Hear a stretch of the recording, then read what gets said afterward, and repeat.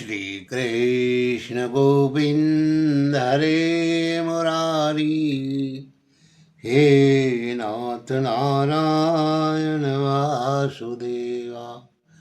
श्री कृष्ण गोविंद हरे मुरारी, हे नाथ नारायण वासुदेवा। नारायणं नमस्कृत्य नरं चैव नरोत्तमं, देवी सरस्वती चैव ततो जयमुदीरयेत्। अर्थात सारे संसार के कर्ता श्री भगवान विष्णु, माता लक्ष्मी और देवी सरस्वती तथा श्री देव गुरु बृहस्पति जी के चरण कमलों में नमस्कार करके मैं इस माघ महात्म्य का वर्णन करता हूँ। सो आप ध्यान दे करके इस माघ मास की कथा के दूसरे अध्याय को ध्यान से सुनिए। तो पहले अध्याय में राजा ने मुनीश्वर से कहा कि मैंने तो माघ मास के स्नान के बारे कभी कोई कथा नहीं सुनी, तो आप मुझे सुनाइए। तो राजा के ऐसे वचन सुनकर तपस्वी कहने लगा कि हे राजन, भगवान सूर्य बहुत शीघ्र उदय होने वाले हैं, इसलिए ये समय हमारे लिए अब स्नान का है, कथा का नहीं। सो आप स्नान करके अपने घर को जाओ और अपने गुरु श्री वशिष्ठ जी से इस महात्म्य को सुनो। इतना कहकर तपस्वी सरोवर में स्नान के लिए चले गए और राजा भी विधि पूर्वक सरोवर में स्नान करके अपने घर को लौटा और निवास में जाकर तपस्वी की सारी कथा रानी को सुनाई। तब सूत जी कहने लगे कि महाराज, राजा ने अपने गुरु वशिष्ठ जी से क्या प्रश्न किया और उन्होंने क्या उत्तर दिया, सो आप कहिए। तो व्यास जी कहने लगे, हे सूत जी, राजा दिलीप ने रात्रि को सुख से सोकर प्रातः समय ही अपने गुरु वशिष्ठ जी के पास जाकर के उनके चरणों को छूकर प्रणाम करके नम्रता से पूछा कि गुरु जी, आपने आचार, नीति, राज्य, धर्म तथा चारों वर्णों को, चारों आश्रमों की क्रियाओं, दान और उनके व्रत विधान, यज्ञ और उनकी विधियां और भगवान विष्णु जी की आराधना पूजा बतलाई है, परंतु अब मैं आपसे माघ मास के स्नान के महात्म्य को सुनना चाहता हूँ।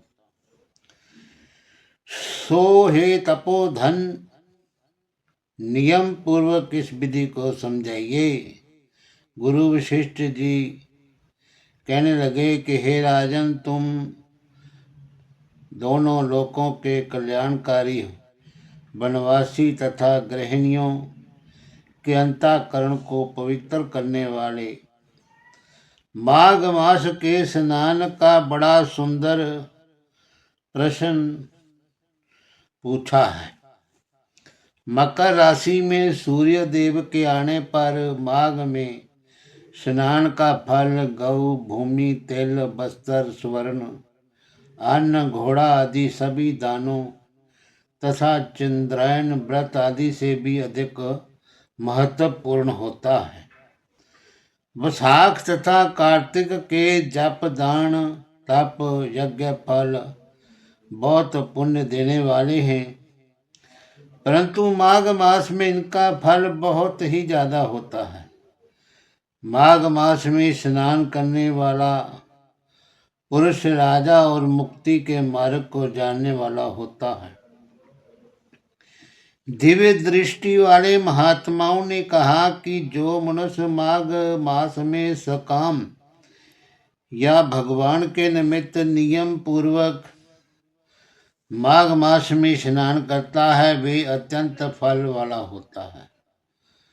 उसको शरीर की शुद्धि, प्रीति, ऐश्वर्य और चारों प्रकार के फलों की प्राप्ति होती है।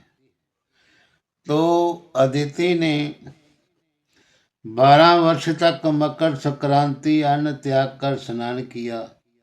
इससे तीनों लोकों को उज्जवल करने वाले 12 पुत्र पैदा हुए।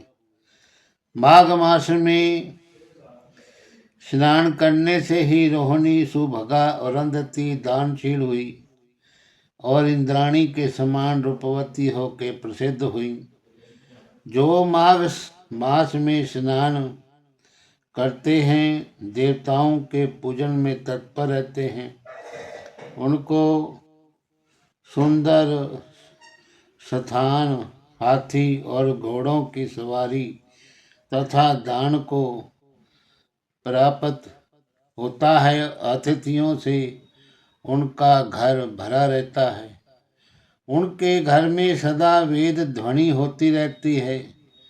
वे मनुष्य धन्य है जो माघ में स्नान करते हैं, दान देते हैं, व्रत और नियमों का पालन करते हैं। दूसरों पुण्यों के क्षीण होने से मनुष्य स्वर्ग से वापस आ जाता है, परंतु जो मनुष्य माघ मास में स्नान करता है, दान करता है, वे कभी स्वर्ग से वापस नहीं आता।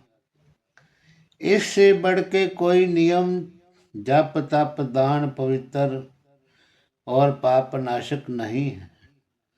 भृगु जी ने मणि पर्वत पर विद्याधरों को ये सारा वृतांत सुनाया था। तब राजा ने कहा कि हे ब्राह्मण, भृगु ऋषि ने कब मणि पर्वत पर विद्याधरों को उपदेश दिया था, सो बताइए।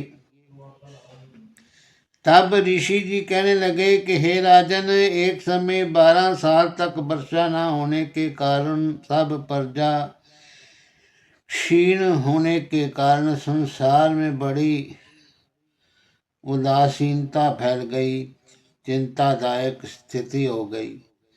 हिमालय और विंध्याचल पर्वत के मध्य का देश निर्जन होने के कारण श्राद्ध, तप तथा स्वाध्याय सब कुछ छूट गए। सारा लोक विपत्तियों में फंसकर प्रजाहीन हो गया। सारा भूमंडल फल और अन्न से रहित हो गया। तब विंध्याचल से नीचे बहते हुए नदी के सुंदर वृक्षों से आच्छादित अपने आश्रम से निकल कर के श्री भृगु ऋषि अपने शिष्यों सहित हिमालय पर्वत पर गए। इस पर्वत की चोटी नीली और नीचे का हिस्सा सुनहरी होने से माघ मास महात्म्य सारा पर्वत पीताम्बरधारी श्री भगवान के सदृश लगता था। पर्वत के बीच का भाग नीला और बीच बीच में कहीं कहीं सफेद स्फटिक होने से तारों से युक्त आकाश जैसी शोभा को प्राप्त होता था। तो रात्रि के समय वे पर्वत दीपकों की तरह चमकती हुई दिव्य औषधियों से पूरित किसी महल की शोभा को प्राप्त होता था। ये पर्वत शिखाओं पर बांसुरी बजाती और सुंदर गीत गाती हुई किन्नरियों तथा केले के पत्तों की पताकाओं से अत्यंत शोभा को प्राप्त हो रहा था। ये पर्वत नीलम पन्ना पुखराज तथा इसकी चोटी से निकलती हुई रंग बिरंगी किरणों से इंद्रधनुष के समान प्रतीत होता था। स्वर्ण आदि सब धातुओं से तथा चमकते हुए रत्नों से चारों ओर फैली हुई अग्नि ज्वाला के समान शोभायमान था। इसकी कंदराओं में काम पीड़ित विद्याधरी अपनी पतियों के साथ आकर रमण करती हैं और गुफाओं में ऐसे ऋषि मुनि जिन्होंने संसार के सब क्लेशों को जीत लिया है रात दिन ब्रह्मा का ध्यान करते हैं और कई एक हाथ में रुद्राक्ष की माला लिए शिव की आराधना में लगे हुए हैं। पर्वत के नीचे भागों में जंगली हाथी अपने बच्चों के साथ खेल रहे हैं। कस्तूरी वाले रंग बिरंगे मृगों के झुंड इधर उधर भाग रहे हैं। ये पर्वत सदा राजहंस तथा मोरों से भरा रहता है। इसी कारण इसको हेम कुंड कहते हैं। यहाँ पर सदैव ही देवता और अप्सरा निवास करती है। हरि ओम तत्सत। नमो नमः।